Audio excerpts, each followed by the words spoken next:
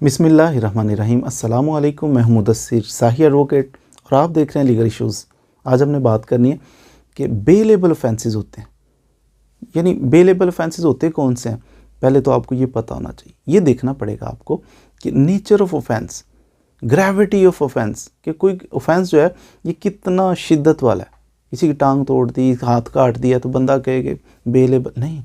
Bailable काबिल ज़मानत, आसानी से इनमें ज़मानत हो जाती है।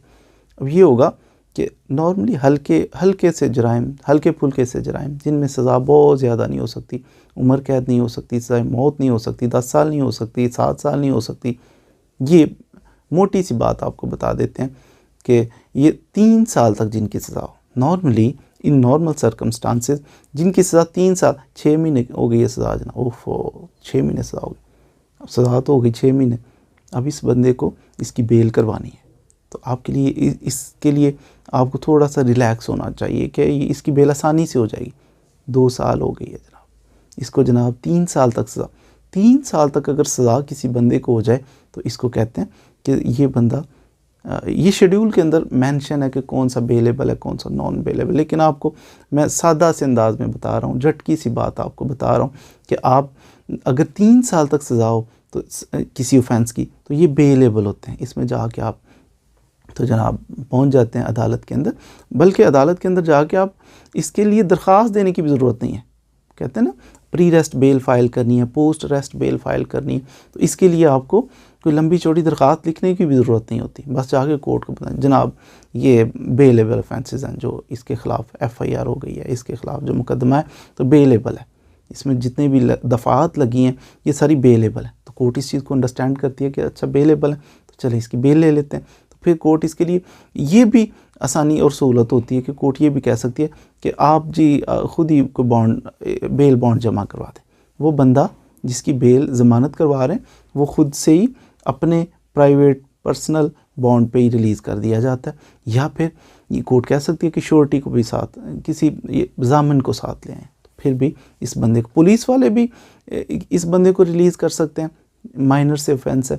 फिर इसमें कोर्ट भी, मैजिस्ट्रेट जो है वो भी इस बंदे को रिलीज़ कर सकता है ज़मानत पे, वक्ती तौर पे, कि चलें बाद में देखेंगे इसको सज़ा होती है नहीं होती, या सज़ा हो गई है, जो भी ट्रायल चल रहा है, अरेस्ट हुआ है या नहीं हुआ, दोनों सूरतों में कोर्ट के आप अप्लाई कर सकते हैं। जब आप अप्लाई करेंगे तो ये पोस्ट अरेस्ट बेल इसकी आसानी से हो जाएगी। बंदा पकड़ा हुआ, पुलिस वाले ने अदालत के अंदर रिमांड पेपर के ऊपर ही, जैसे सब क्या करेंगे, रिमांड पेपर होता है जब ये आते हैं ना पुलिस वाले, किसी भी बंदे को अरेस्ट करते हैं, 24 घंटे के अंदर अंदर वो बंदा मजिस्ट्रेट के सामने पेश करना ज़रूरी है। इलाका मजिस्ट्रेट, जो उस हर इलाके का एक इलाका मजिस्ट्रेट होता है, जज होता है कि इसका ये इलाका है, उसकी ज्यूरिसडिक्शन है, उसके अंदर कुछ थाने होते हैं। अब ये थाना है, बंदे को पकड़, ये पाबंद है, कॉन्स्टिट्यूशनल ड्यूटी है, आइन इनको पाबंद करता है पाकिस्तान का कि 24 घंटे के अंदर जिस बंदे को भी पकड़ें, 24 घंटे के अंदर अंदर उस जज, इलाका मजिस्ट्रेट के सामने पेश करना है, बताना है कि फ़लाँ बंदा हमने अरेस्ट किया और इस केस में इसको अरेस्ट किया है, इसका ये जनाब FIR ये मामला है। फिर रिक्वेस्ट करनी है कि जनाब हमने इसको किया अरेस्ट और 24 घंटे के अंदर अंदर आपके पास पेश कर दिए, हम इससे कुछ इन्वेस्टिगेशन करना चाह रहे, ये बंदा हमें चाहिए। फिर जज चाहे तो इजाज़त दे, अच्छा चाहिए तो समझे इस चीज़ को, तो फिर वो जज साहब उनको रिमांड पे दे देता है, फ़िज़िकल रिमांड पे वो बंदा उनको हैंड ओवर कर दिया जाता है। जज साहब चाहें कि क्या करना है यार, छोटी सी बात है, उसने हल्का फुल्का छोटा सा ऑफेंस किया, जज साहब को क्या करना है, इसको ले जाके रिफ्यूज़ कर देते हैं। तो वो रिमांड पेपर के ऊपर ही जज साहब लिख देते हैं कि अच्छा इतनी छोटी, इस बंदे को बॉन्ड इतने का जमा करवा दो, तो जनाब इसको छोड़ दो यार, ये इसकी ज़मानत इस तरह हल्की फुल्की सी, छोटे छोटे ऑफेंस 3 साल से कम का सज़ा, और इसको हल्की फुल्की सी श्योरिटी लेके तो जज साहब उसको रिमांड पेपर पे ऑर्डर कर देते हैं, रोबकार बन के, तो ये जेल चली जाती है या जहाँ पे वो है बंदा। जब याद रखिए कि जब पुलिस वाले कहते हैं ना हमें रिमांड, तो इस वक्त इसकी पोस्ट अरेस्ट बेल नहीं होती, अभी तो पकड़ा हुआ पुलिस के पास। पोस्ट अरेस्ट बेल उस वक्त होती है जब ये बंदा जुडिशल, उनका रिफ्यूज़ कर दिया जाता है रिमांड, कि नहीं, पुलिस वालों को कह दिया जाता है कि नहीं जी आपको नहीं, अब इसकी कस्टडी देते हम, सफिशेंट है, अब इसको जुडिशल कर देते हैं। जुडिशल करने का मतलब है कि पुलिस वालों से कस्टडी ले ली और इसको जुडिशियल रिमांड यानी इसको अपनी कस्टडी में ले लिया जज साहब ने, अपनी कस्टडी में लेके रखते कहाँ है? जेल में।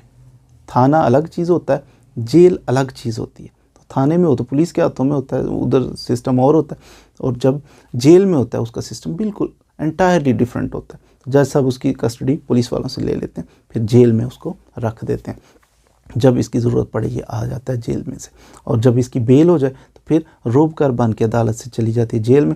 उसके ऊपर लिखा होता है फ़लाँ फ़लाँ ऑफेंस में फ़लाँ मुलजिम है, तो इसको रिलीज़ किया जाए बेल पे। वो फिर जेल हुकाम उससे दे के नोट करके तो उसे निकाल देते हैं, ज़मानत पे रिहा हो जाता है, वो बंदा अपने घर आ जाता है। फिर जब उसकी ज़रूरत पड़े ट्रायल के दौरान वो बंदा फिर आता है, अदालत में पेश होता है, अपना मुकदमा लड़ता है, उसके बाद जो भी फेट हो उस केस की वो बरी हो जाए या फिर उसको सज़ा हो जाए, ये बात की बात।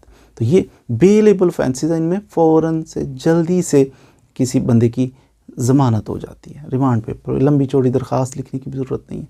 तो उम्मीद है आपने ये जो पोस्ट अरेस्ट बेल के अंदर जो बेलेबल ऑफेंसेस हैं उनकी ज़मानत कैसे, कितनी जल्दी, कहाँ से होती है, इसके बारे में कुछ ना कुछ मालूमात हासिल कर ली होंगी। मज़ीद वीडियोज़ के लिए हमारे साथ रहिए। Thank you very much.